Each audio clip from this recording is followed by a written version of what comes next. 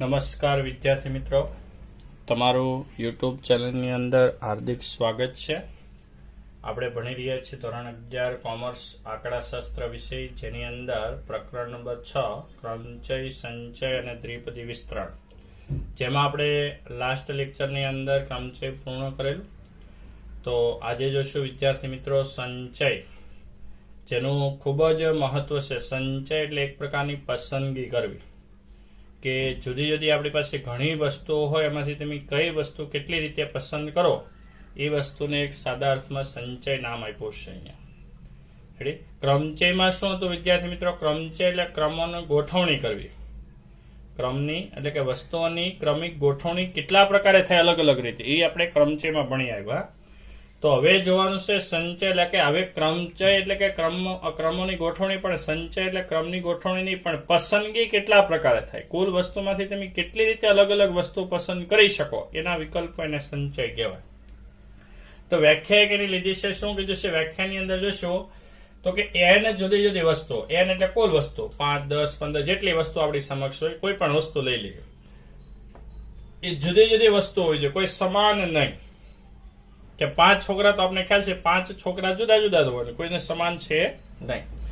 એમાંથી r વસ્તુ, r એટલે એમાંથી તમે કેટલી, 5 વિદ્યાર્થી છે, એમાં હું 5 ને પસંદ કરી શકું, 6 તો પસંદ નહીં થાય, વધુ 5, 4 કરી શકું, 3 કરી શકું, 2 કરી શકું, 1 કરી શકું, અને 0 ની પણ પસંદગી કરી શકું. કે કુલ 5 વસ્તુ મેં ધારી n બરાબર, એમાંથી r વસ્તુ એટલે તમે 0 થી લઈને 5 સુધીની પસંદગી કરો. તે પસંદ કરવાના કુલ વિકલ્પોને વિદ્યાર્થી મિત્રો શું કહીશું? સંચય. ક્લિયર? કે n જુદી જુદી વસ્તુઓમાંથી r વસ્તુઓને પસંદ, r એટલે એમાંથી તમે કેટલી પસંદગી કરવા માંગો એને કહેવાય r. બરાબર? કે 10 વસ્તુ છે, 50 છે, 100 છે કે 1000 છે, ગમે એટલી વસ્તુ, એમાંથી તમે કેટલી વસ્તુ પસંદ કરવા માંગો એને કહેવાય r. અને કુલ પસંદગીના વિકલ્પોને કહીશું સંચય. એને સંકેતમાં શેના વડે દર્શાવાય? તો કે NCR, અથવા તો આ રીતે પણ NCR વડે દર્શાવાય. એને નીચે રાખો કે ઉપર, કોઈ ફેરફાર નથી. તો આપણે જેમ ક્રમચયમાં વચ્ચે p મૂકતા, સંચયનો c મૂકવાનો છે. ખ્યાલ રાખજો વિદ્યાર્થી મિત્રો, ક્રમચયમાં વચ્ચે p આવે, NPR વડે, સંચયને NCR વડે દર્શાવે. પછી નીચે n લખો, ઉપર લખો, એવો કોઈ ફેરફાર નથી. ક્લિયર? ત્યાર પછી આગળનો મુદ્દો મહત્વનો, કે આપણે પરીક્ષામાં એવું પૂછાય, ક્રમચય સંચય વચ્ચેનો તફાવત શું? તો કે ક્રમચયમાં ક્રમનું મહત્વ હોય છે, ક્રમનું મહત્વ હોય, જ્યારે સંચયમાં ક્રમનું મહત્વ નથી. આ ક્લિયર યાદ રાખજો. આપણે ક્રમચયના દાખલા ભણી આવ્યા, એની અંદર ક્રમિક કેટલી સંખ્યા, કેટલા વસ્તુ, કેટલા વિદ્યાર્થી, કેટલી રીતે તમે ગોઠવણી કરી શકો, એના કુલ વિકલ્પો એને ક્રમચય કહેવાય. સંચયમાં હવે ક્રમનું મહત્વ નથી. જેમ કે આપણે ઉદાહરણ આપ્યું છે કે AB અને BA, ક્રમચયમાં 2 વિકલ્પ અલગ અલગ કહેવાતા, જ્યારે સંચયમાં એક જ વિકલ્પ ગણાય. વિદ્યાર્થી મિત્રો, આ 2 એક જ કહેવાય. AB લખો કે BA, એમાં આપણે કુલ 2 જ વસ્તુ પસંદ કરી. આમાં 2 વસ્તુ છે ને આમાં 2 વસ્તુ છે. બરાબર? એકમાં હું 1 ને બીજામાં 2 લખું, અહીંયા A લખો ને અહીંયા પછી B લખું, તો 2 અલગ અલગ સંચયમાં કહેવાય. પણ AB આગળ પાછળ સ્થાન, વસ્તુ તો 2 જ છે ને, ગમે AB 2 વસ્તુ પછી તમે આગળ પાછળ લખો, સંચયમાં એનું કોઈ મહત્વ નથી. ક્રમચયમાં ક્રમનું મહત્વ, સંચયમાં મહત્વ નથી. એટલે AB ને BA બંને સંચયમાં એક જ વિકલ્પ સમાન કહેવાય, એક જ જવાબ કહેવાય, બંનેમાંથી જે લખો તે. જ્યારે ક્રમચયમાં શું થાય? 2 અલગ અલગ લખતા, 2 ના એટલે કે 2 જવાબ આવે, સંચયમાં એક જ જવાબ આવે. ક્લિયર? એટલે ક્રમચયમાં ક્રમનું મહત્વ છે, સંચયમાં મહત્વ નથી. પછી સવાલ એવો પણ આવે, ક્રમચય સંચય વચ્ચેનું ગાણિતિક સંબંધનું સૂત્ર જણાવો. 2 વચ્ચેનો સંબંધ શું? તો સૂત્ર છે NCR નું સૂત્ર, NPR ના છેદમાં r ફેક્ટોરિયલ. મૂળ શરૂઆત NCR ના સૂત્રની આ મૂળ શરૂઆત છે, NPR ના છેદમાં r ફેક્ટોરિયલ. NPR નું સૂત્ર અહીંયા જો ઉપર લખ્યું છે, આ વચ્ચેનો છેદ આપણો મેન. NPR નું સૂત્ર આવતું n ફેક્ટોરિયલ છેદમાં n - r. આ NPR નું સૂત્ર, નીચે r ફેક્ટોરિયલ r. અંશનો છેદ ક્યાં આવે વિદ્યાર્થી મિત્રો? છેદમાં આવશે. છેદમાં આવ્યું એટલે r ફેક્ટોરિયલ ગુણ્યા શું લખ્યું? n - r ઉપર n ફેક્ટોરિયલ. એટલે મુખ્ય સૂત્ર તમારો NCR નું આ સૂત્ર કહેવાશે, મુખ્ય એક સૂત્ર. જેમ ક્રમચયનું સૂત્ર આવતું, એમ સંચયનું સૂત્ર. છેદમાં ખાલી ફેરફાર શું કર્યો? r ફેક્ટોરિયલ મૂક્યો, અહીંયા r આવશે નહીં. ક્લિયર? તો આ સંચયનું સૂત્ર છે, n ફેક્ટોરિયલ છેદમાં r ફેક્ટોરિયલ ગુણ્યા n - r ફેક્ટોરિયલ. ગાણિતિક સંબંધ કે તો આ સૂત્ર લખવું, NPR ના છેદમાં r. આ તો આપણે સૂત્ર એક રૂપાંતર કર્યું સંચયનો બનાવવા માટે. ઓકે? તો વિદ્યાર્થી મિત્રો ખ્યાલ રાખજો સૂત્રની અંદર કે એનસીઆર નું સૂત્ર મુખ્ય n ફેક્ટોરિયલ છેદમાં r ફેક્ટોરિયલ ગુણ્યા n માઇનસ r અને ગાણિતિક સંબંધનું સૂત્ર કે તો ખાલી આ સૂત્ર લખવું npr ના છેદમાં r ફેક્ટોરિયલ બરાબર ncr. ઓકે, તો હવે આપણે આગળ જશું. સંચયના અલગ અલગ જેમ ક્રમચયના અલગ અલગ સૂત્ર હતા, મુખ્ય એક જ સૂત્ર, હવે બીજા સૂત્ર લેશું. ચાલો વિદ્યાર્થી, હવે જોશું સૂત્ર. મુખ્ય સૂત્ર વિદ્યાર્થી મિત્રો કયું છે? NCR બરાબર n ફેક્ટોરિયલ છેદમાં r ફેક્ટોરિયલ કૌંસમાં n માઇનસ r ફેક્ટોરિયલ. આપણું મુખ્ય સૂત્ર હમણાં જે આપણે છેલ્લે ગાણિતિક સંબંધમાં જોયું તે. હવે એના વૈકલ્પિક સૂત્ર વિદ્યાર્થી મિત્રો જુદા જુદા કયા કયા હવે આપણે જોઈશું. તો કે અહીંયા હું લખીશ NC0. આનો અર્થ એવો થાય કુલ જે n વસ્તુ છે એમાંથી હું 0 ની પસંદગી કરું તો વિદ્યાર્થી મિત્રોનો જવાબ કેટલો આવશે? 1 જ આવશે. કુલ વસ્તુમાંથી 0 ની પસંદગી કરો તો 1 જવાબ આવે. ક્લિયર? આ ખાસ ધ્યાન આપજો. 0 ની પસંદગી કરો તો 1 જવાબ મળે. તો અહીંયા હું ઉદાહરણ પણ લઈશ. ઉદાહરણ તરીકે 5C0 કેટલા લીધો? 5C0. કુલ n 5 છે, એમાંથી 0 ની પસંદગી 1 કરી ત્યારે તો આ વસ્તુને હું આ સૂત્રમાં મૂકું છું. જોજો અહીંયા આ સૂત્રમાં n ફેક્ટોરિયલ 5 થશે. 5 ફેક્ટોરિયલ છેદમાં r એટલે 0 ફેક્ટોરિયલ કૌંસમાં n માઇનસ r એટલે 5 માઇનસ 0 ફેક્ટોરિયલ. તો ઉપર વચ્ચે 5 ફેક્ટોરિયલ 0 ફેક્ટોરિયલનો 1 જવાબ આવે ગુણ્યા 5 ફેક્ટોરિયલ 5 ફેક્ટોરિયલ જાય તો વિદ્યાર્થી મિત્રો કેટલો જવાબ આવશે? 1 જવાબ આવશે. ક્લિયર? 0 ફેક્ટોરિયલનો જવાબ હંમેશા 1 આવે. 5 માઇનસ 0 એટલે 5 ફેક્ટોરિયલ 5 એટલે 1 જવાબ મળ્યો. ક્લિયર? ચાલો બીજો તો કે NCN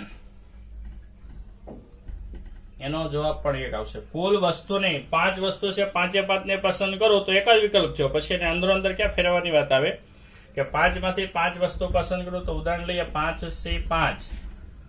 5 ની પસંદગી ચાલો આ સૂત્રમાં મૂકો. 5 ફેક્ટોરિયલ છેદમાં 5 ફેક્ટોરિયલ કૌંસમાં 5 માઇનસ 5 થશે. તો કૌંસમાં 0 ફેક્ટોરિયલ બહાર કેટલા આવશે? 5. 0 ફેક્ટોરિયલનો જવાબ 1 આવે તો 5 જાય તો જવાબ કેટલો રહ્યો? 1 જ રહેશે. ક્લિયર? ત્રીજાની અંદર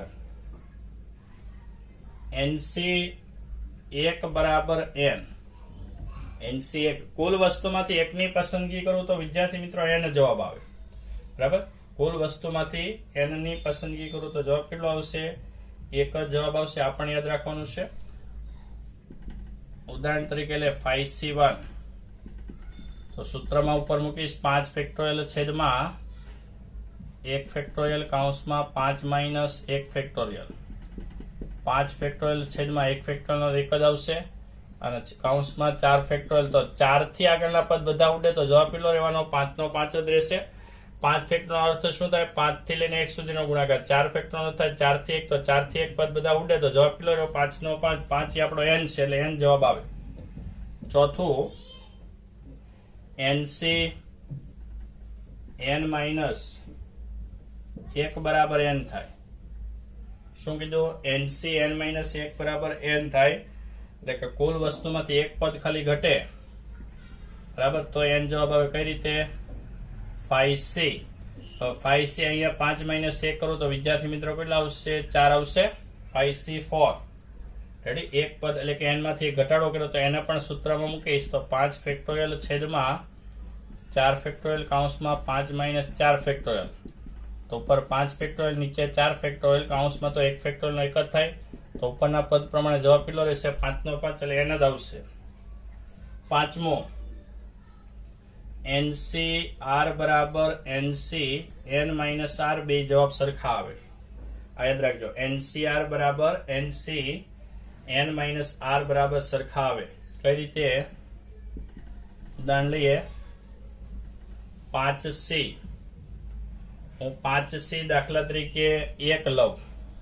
બરાબર? 5C 1 લીધો તો અહીંયા શું લખાય? 5C 5 માઇનસ 1 એટલે 5C4 થશે.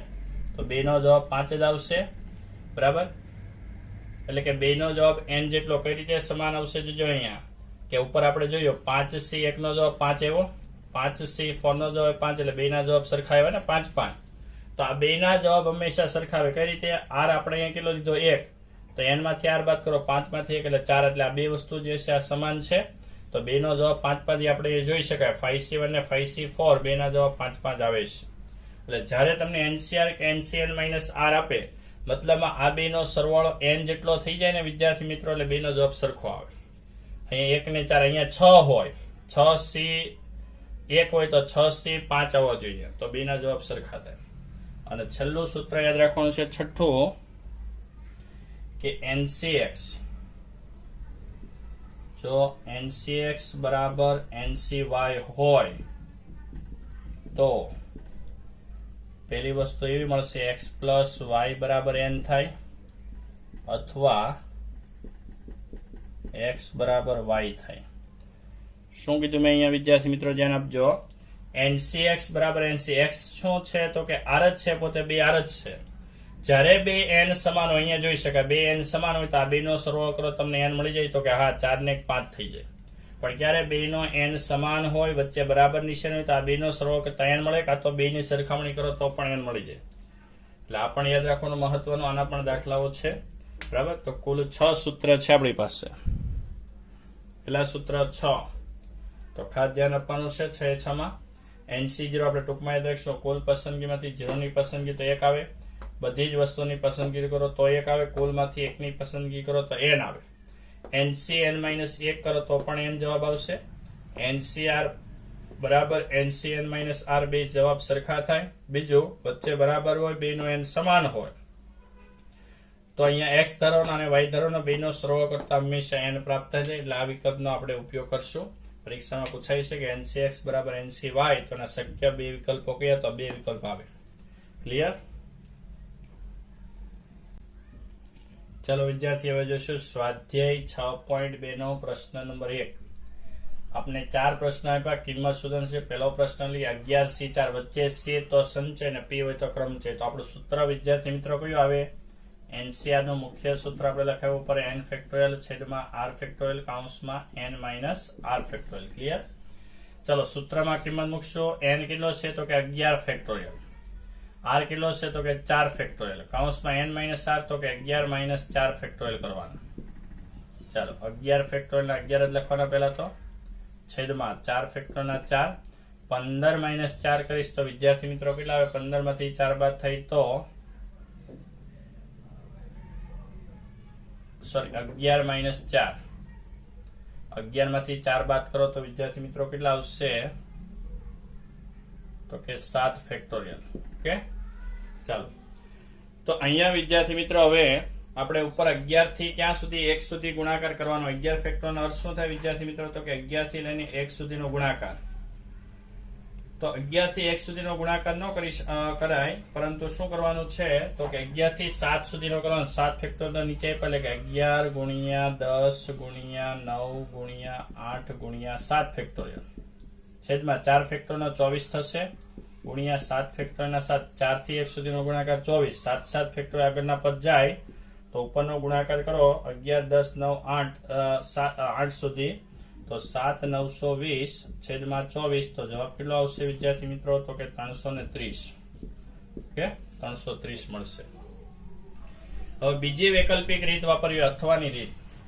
અથવાની રીત વાપરવી હોય તો વિદ્યાર્થી મિત્રો 11C4 તો જો અહીંયા 11 ના 4 પદ આપણે ક્રમચયમાં તો 11 ના 4 પદ ઘટો 11 ગુણ્યા 10 ગુણ્યા 9 ગુણ્યા 8 છેદમાં 4 પદ આવે 4 3 2 1 ક્રમચયમાં ખાલી ઉપરના 4 પદ હતા નીચે નો આવતા. અહીંયા નીચે પણ 4 પદ લખવા. ઉપરનો ગુણાકાર 7920 છેદમાં 4 થી 1 એટલે 24 તો જવાબ કેટલો આવ્યો 330. કેટલો આવ્યો 330. તો આ રીતે પણ બીજી રીત આપણી અથવાની વાપરી શકાય છે. બરાબર. તો એક દાખલો થયો. હવે બીજો જોશું. બીજા પ્રશ્નની અંદર બીજા પ્રશ્નમાં વિદ્યાર્થી મિત્રો 9C0 આપ્યો. શું આપ્યો? 9C0. ચાલો તો આપણે સૂત્રમાં લખાયું NC0 બરાબર 1. શું લખાયું આપણે? NC0 બરાબર 1 આપણું સૂત્ર NC0 બરાબર 1. તો અહીંયા પણ આવશે 9C0 બરાબર કેટલો જવાબ આવશે? 1 જવાબ આવશે. ક્લિયર? 9C0 બરાબર 1 આવશે. એટલે કે 9 9 એક પણ પદ ઘટવા નથી એટલે 1 જવાબ મળે. અથવા તો આ સૂત્રમાં મૂકો તો તમને જવાબ કેટલો આવશે? 1 જ મળશે. ચાલો તો બે દાખલામાં ખ્યાલ એવો છે. એટલે બીજી વૈકલ્પિક રીત યાદ રાખજો. 11C4 તો 11 ના 4 પદ ઘટવાના નીચે 4 પદ આવે. ઓકે ચાલો વિદ્યાર્થી મિત્રો ત્રીજો 6.2 ના પહેલા પ્રશ્નમાં ત્રીજો પ્રશ્ન 25 થી 23 એટલે 25 માંથી 23 ની પસંદગી. NCR નું સૂત્ર મૂકો તો n ફેક્ટોરિયલ છેદમાં શું આવે r ફેક્ટોરિયલ કૌંસમાં n માઇનસ r ફેક્ટોરિયલ. ચાલો સૂત્રમાં n કેટલો કહેવાય 25 ને r કેટલો કહેવાય 23.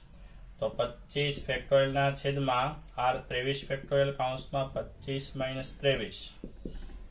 તો 25 ગુણ્યા ક્યાં સુધી ઘટવાનું, જે મોટી સંખ્યા હોય 23 સુધી. તો 25 ગુણ્યા 24 ગુણ્યા 23 લખીશ. શા માટે, તો કે 23 થી પદ આગળ ઉડી જશે.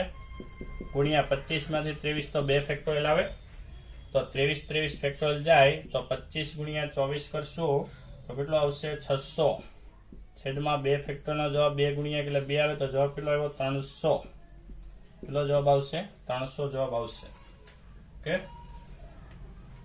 ત્યાર પછી અથવાની રીત વાપરો વિદ્યાર્થી મિત્રો. અથવાની રીતની અંદર શું કરશું, તો કે અથવાની અંદર 25 થી 23 બરાબર. 25 થી 23 તો 25 ના પદ ક્યાં સુધી ઘટવાના 23 સુધી બરાબર. તો અઘરી રીત થઈ જાય વૈકલ્પિક રીત. આપણે બીજું એક સૂત્ર લખાવ્યું હતું વિદ્યાર્થી મિત્રો, NCN-R બરાબર NCN-R, કે 25 થી 23 તો સામે 25 થી 2 નો જવાબ સરખો આવે બરાબર. બીજી કઈ રીત આવે NCN-R બરાબર NCR, આ બે સમાન થાય. ચાલો તો કઈ રીતે સમાન થાય, તો કે સરળતાથી આપણે દાખલો ગણ્યો તો 25 માઇનસ 23 બરાબર 25 થી 23. ચાલો 25 થી 25 માઇનસ 23 કરો તો કેટલા આવે 25 થી 2 આવશે બરાબર. અને 25 થી 23 આ બે ના જવાબ સરખા આવે એટલે 25 થી 2 નો હું ગણતરી કરું તો કેટલો આવશે, આ બે ના જવાબ સરખા આવે. 25 ના બે પદ ઘટો તો 25 ના બે પદ કયા ઘટવામાં આવશે 25 ગુણ્યા 24 અને છેદમાં 2 ગુણ્યા 1 તો જવાબ કરો તો 600 ના છેદમાં 2 તો 300 જવાબ આવે. શું કર્યું 25 થી 2 અને 25 થી 23 બે ના જવાબ સરખા. 25 થી 23 માં આપણે જોઈ ગયા તો 25 થી 2 નો જવાબ તો 25 ના બે પદ ઘટ્યા 25 ગુણ્યા 24 છેદમાં 2 ગુણ્યા 1 તો જવાબ કેટલો આવ્યો 300 નો 300. એટલે આ સૂત્રનો પણ ઉપયોગ કરી શકાય અથવા તો આ સૂત્ર પણ વાપરી શકાય. ચોથો પ્રશ્ન જે છે, ચોથા પ્રશ્નમાં 808 ની કિંમત શોધવાની છે. હવે NCN બરાબર જવાબ શું આવે 1 આવે. આપણું સૂત્ર શું કે NCN બરાબર 1, તો અહીંયા 808 નો જવાબ કેટલો લખી શકો તમે 1 જવાબ લખી શકો. સૂત્રમાં મૂકો તો પણ એ મળે આપણને. ઓકે. તો 4 દાખલા આપણે ભણ્યા વિદ્યાર્થી મિત્રો સંચયની અંદર, કે સંચય એટલે પસંદગી કરવી અથવા તો લેવું બરાબર. તો ત્રીજામાં અથવાની રીતે આપણે વાપરી છે અને ચોથા પ્રશ્નમાં NCN બરાબર 1 જવાબ આપ્યો છે. તો વિદ્યાર્થી મિત્રો તમને ખ્યાલ આવ્યો છે લેક્ચરની અંદર. આવતા નેક્સ્ટ લેક્ચરની અંદર જોઈશું પ્રશ્ન નંબર 2 બરાબર. તો સંચયના સૂત્ર તમે પાકા કરીને રાખશો જેથી કરીને આપને આગળના દાખલાઓ પણ આવડે. તો ઉદાહરણ નંબર તમે વિદ્યાર્થી મિત્રો ગણી શકો આના પરથી, કે હોમવર્કની અંદર ઉદાહરણ નંબર 16,